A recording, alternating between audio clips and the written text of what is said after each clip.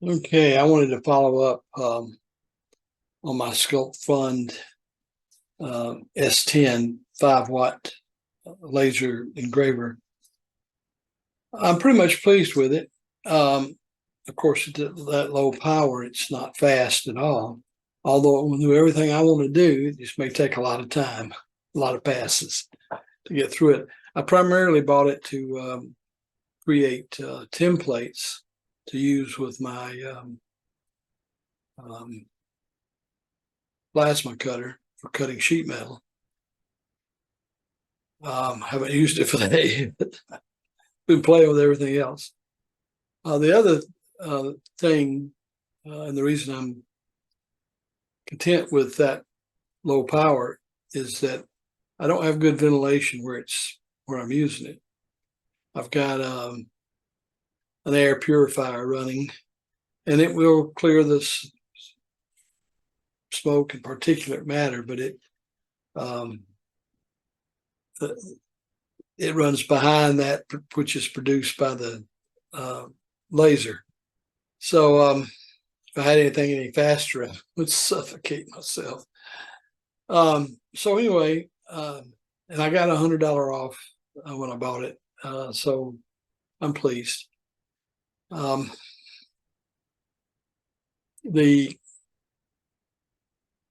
quality of the material you're engraving is, of course, very important, regardless of the power or brand of the laser engraver. And I've engraved successfully on stainless steel, wood, of course, a little bit on paper, cardboard. Actually, it's file folders, if you will. I wanted to burn some labels into that weren't subject to coming unglued and falling off. That just have to use such very, very low power. The label I produced using that method, it's not highly visible, but so I probably won't use it for that. But anyway, if you're going to do anything, any kind of volume, then this 5 watts is not enough. You need to go 10 or higher. Otherwise, you're going to be, for example, on a coaster, which is one of my favorite things to do, a drink coaster. To do the front side and the back side with the material I'm going to put on there, it takes about nearly 30 minutes each. Fortunately, I'm retired and I can kick that off and be doing something else. So the time is not an issue and I have no deadlines.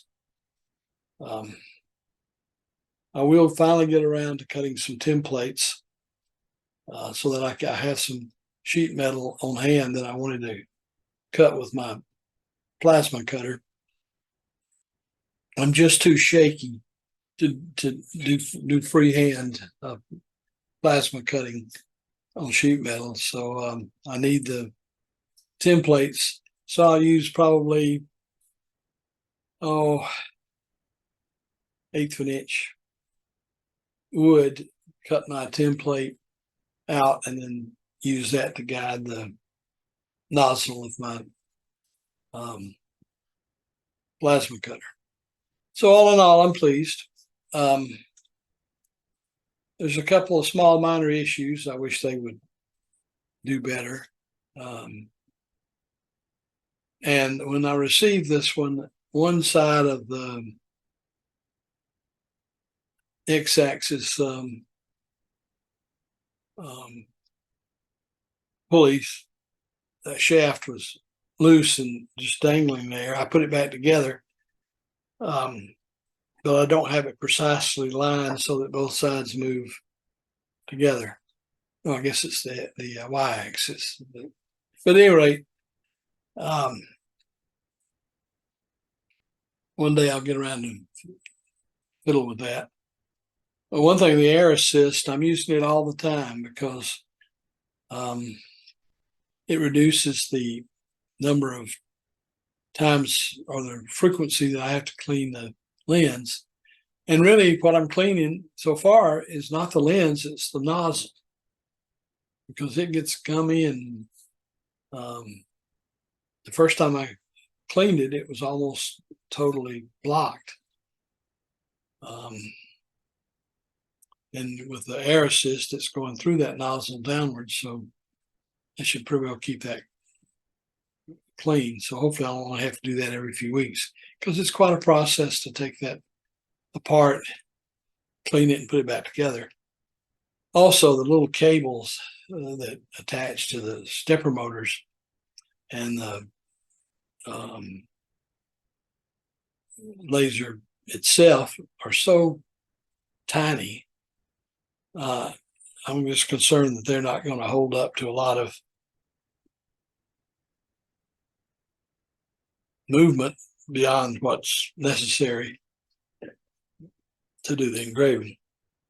So anyway, I will follow up some more some particular projects, but I've got some other irons in the fire right now. So I'll get back to that soon. If you haven't subscribed to my channel, I'd appreciate it if you would. And hit notices, and you'll get notices on all of my playlists, which consist of welding, selling stock options, and occasionally I update my growing up in the 1950s playlist, those videos. I'm old enough now that I'll be 77 in January.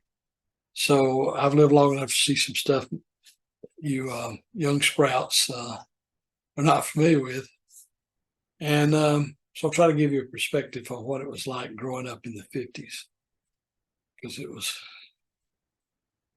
a whole different world. All right. Thanks for watching.